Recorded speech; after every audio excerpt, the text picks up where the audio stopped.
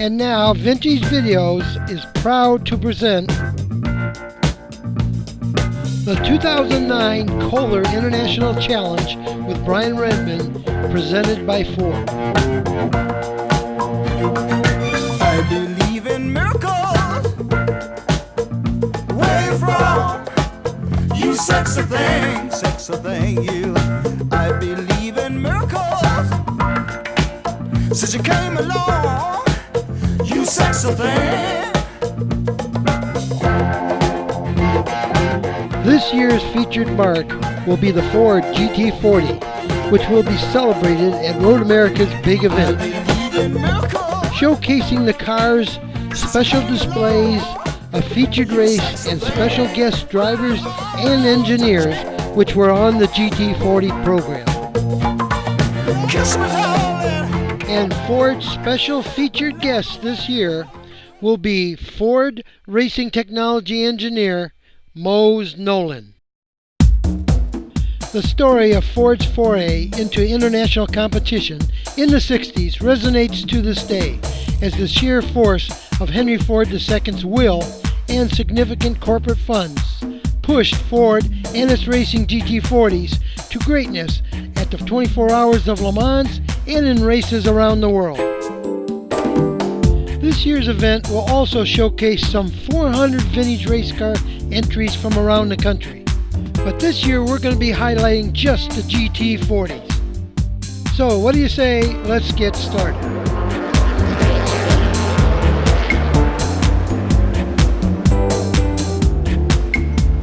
And first up, located in the lower paddock area, was the Ford Racing Performance Pavilion, showcasing some of their performance products.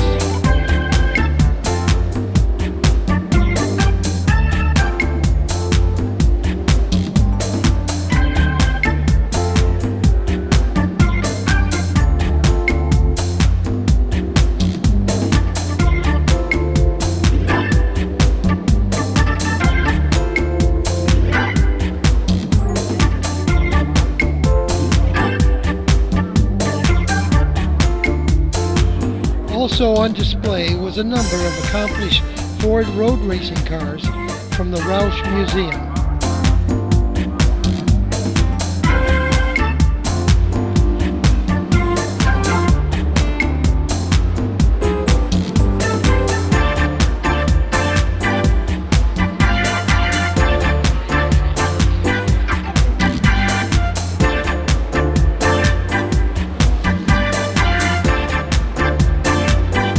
And the car company called Superformance, which builds quality recreations of the GT40, are also here in full force, showing not only their line of GT40s, but the recreations of the Cobra and the Cobra Daytona Coupe.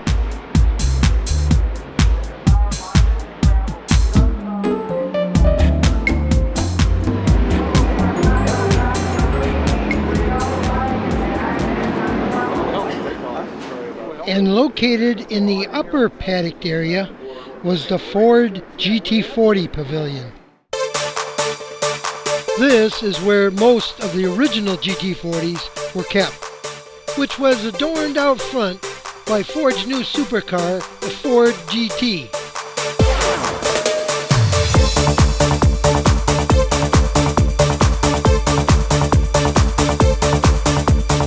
And now, one of the world's greatest race cars, the Ford GT40. There were Mark 1s, there were the 427 Mark 2s, there were the Mark 3 street cars, and the Mark 4s. Wow.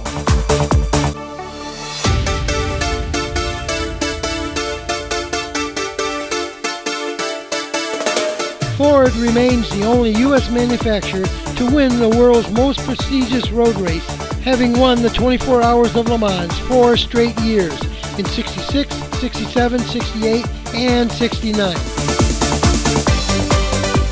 The yellow number 1 car is a Mark IV chassis J4, It's the winner of the 1967 12 Hours of Sebring race. And this Mark II won Le Mans in 1966. This Mark IV chassis J6 won Le Mans in 1967. And this Mark II chassis 1015 won the 1966 24 Hours of Daytona and finished second that same year at the 24 Hours of Le Mans. This Mark IV, now owned by the Henry Ford Museum, was driven to victory by Dan Gurney and A.J. Foyt in the 67 Le Mans race. It finished 32 miles ahead of the second place car. Notice the bubble in the roof, which was added to accommodate Dan Gurney's height in the car. The Mark IIs and the Mark IVs had 427 cubic inch engines and a special T44 transaxle in them. The Mark Is, 2s, and 3s were officially called Ford GTs, but later given the name GT40 because of its overall height of just 40 inches. The Mark IVs were officially called GTP cars for Grand Touring prototypes, but because of its design to comply with the FIA Appendix J regulations, it was later named the J car. The Mark Is, 2s, and 3s chassis were constructed of steel, whereas the Mark IVs were of a honeycomb sandwich aluminum material.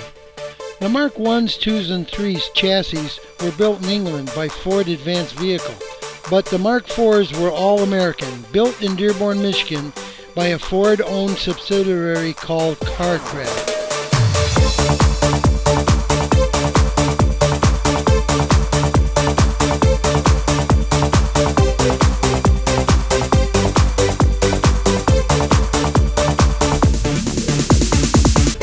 And we caught up with an ex-GT40 driver, Bob Bondurant. What do you think of this Ford celebration here at the GT? Oh, I think it's great. I remember driving a Ford GT40 at Le Mans in '65. We ran 212 down the Mulsanne straightway back there. They're a fantastic car, and actually they're really a pretty good, easy car to drive quick. Handles well, brakes are fantastic, everything. These cars are just flat beautiful. Nice to see them all today. Will you be taking one out today or no? Someone asked me that maybe I could drive the one out front, the Le Mans car. So I'd like to. We'll see what happens. Don't want to drive in the wet though.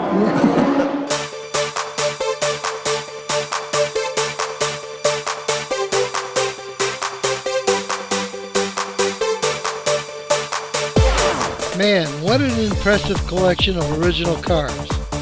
But now, let's go out and check out some of the cars located in the paddock area.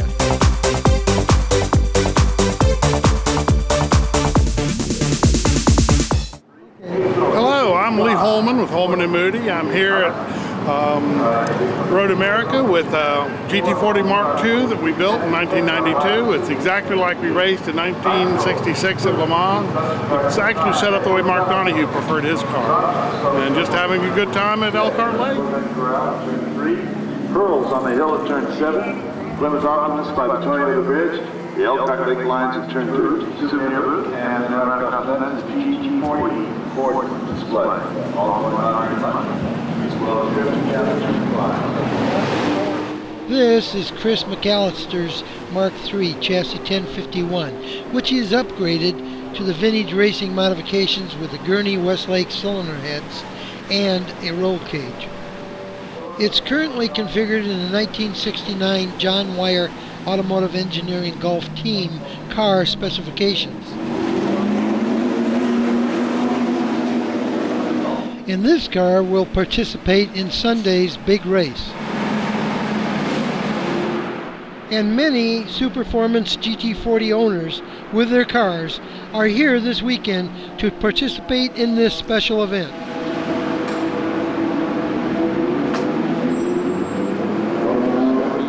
And this is Dennis Olfoff's Superformance replica of a Mark II 427 cubic inch GT40. And you'll also see this car in Sunday's race.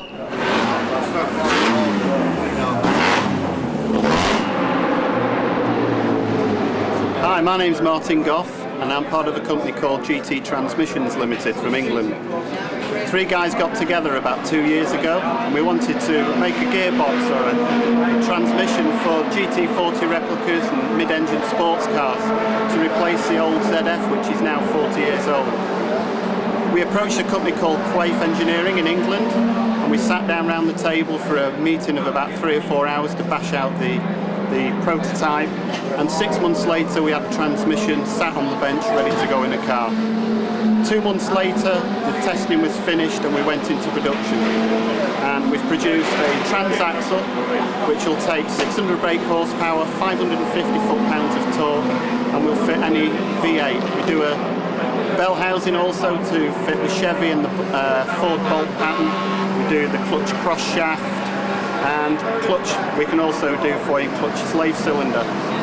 And Dennis Olthoff has just raced at the Elkhart Lake races and finished 3rd in class overall, and we think he's done a wonderful job. The transmission's a 5-speed, it's all synchromesh, and it's the original H pattern as in the cars that were raced in the 60s at Le Mans and circuits all over the US. And we think we've done a wonderful job to bring the product to market, and we hope you enjoy the rest of the tape. Thank you. I've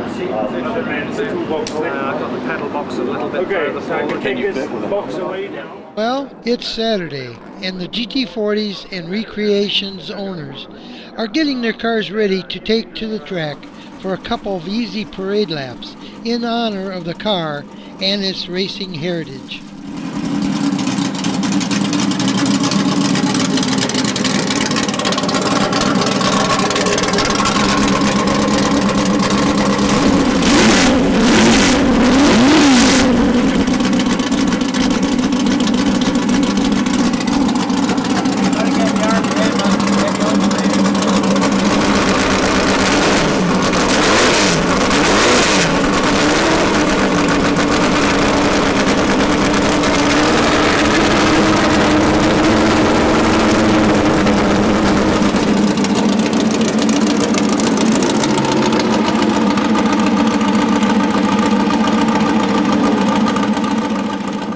And then the cars move out.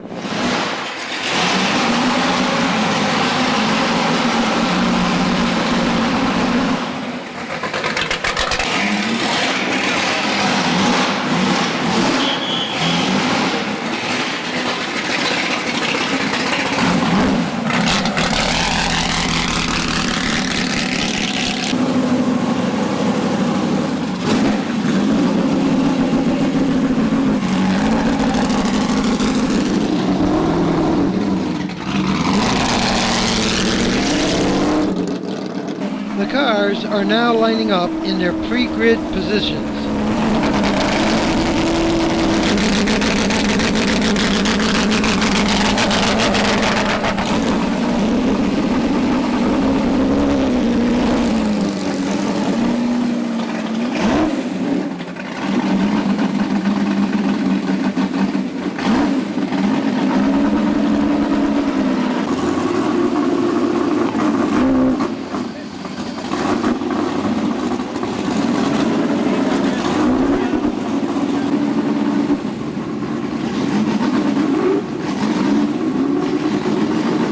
And then they're given the okay to take to the track.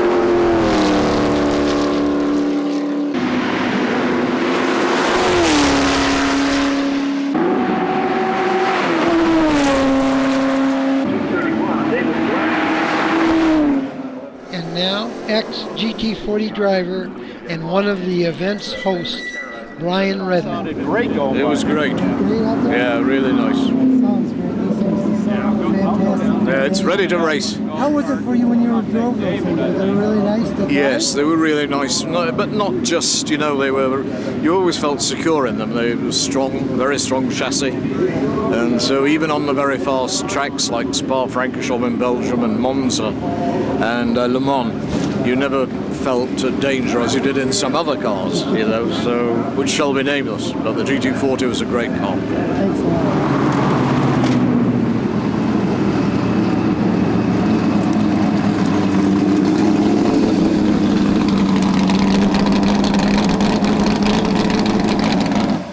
Brian Redmond now opens the door for ex-GT40 driver and announcer David Hobbs. Tight fit there. How did it run? Okay, or a little sluggish, or what? I couldn't get it above First. Okay. I couldn't get out of third gear. I couldn't get it into fourth. Really? I tried it all the time, so I was going up here all the time in third. Yeah. What do you have these two? 6? 3.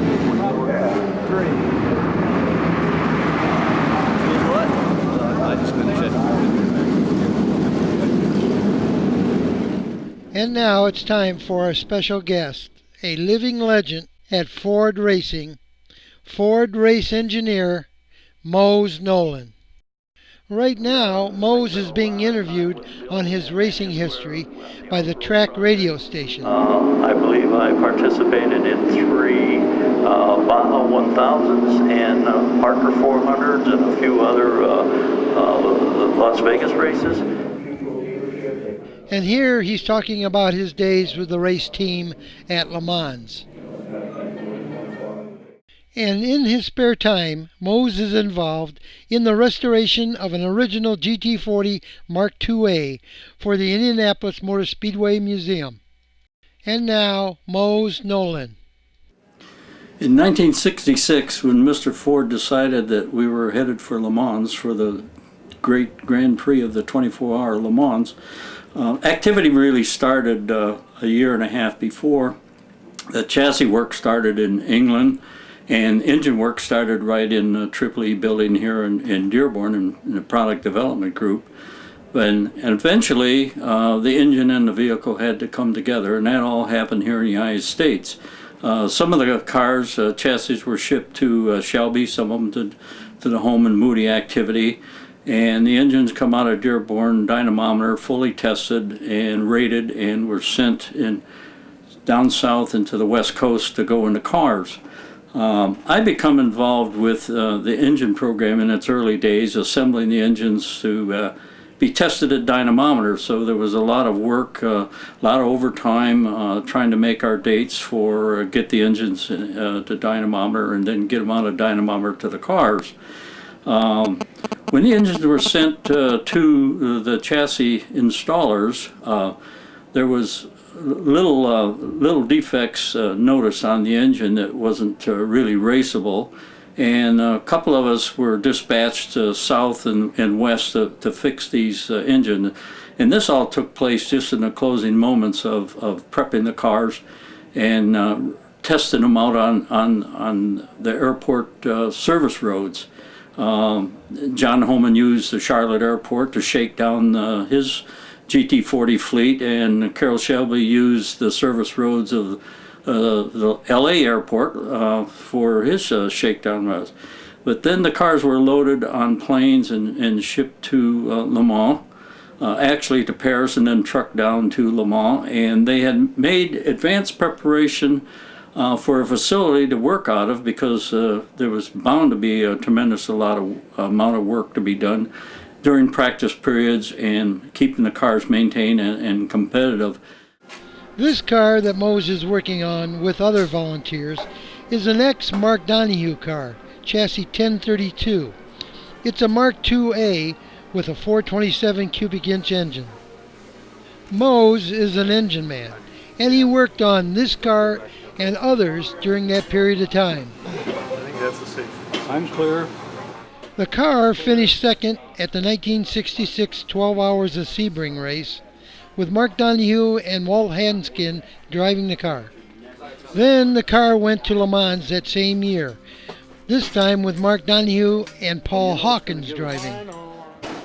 In 1967, Ford donated the Holman and Moody prepared car to the Indianapolis Motor Speedway Museum, where it had sat for over 40 years unrestored. That's it. Got it moved. Done.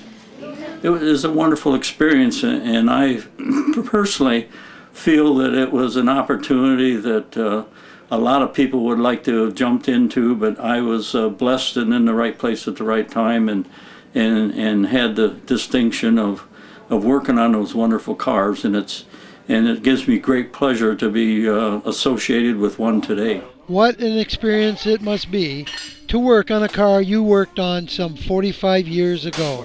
How was Ford's reception when you arrived?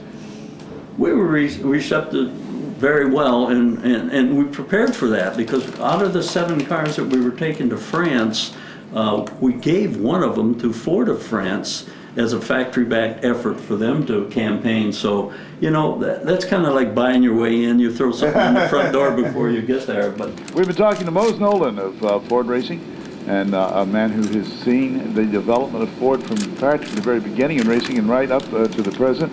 It's been a real pleasure having you here, Mr. Nolan, and we appreciate you and Ford for taking the time to support this weekend. It makes it special. Thank you so very much. On Saturday and Sunday, located inside the Ford GT40 pavilion, Ford hosted an autograph session with some of their distinguished guests.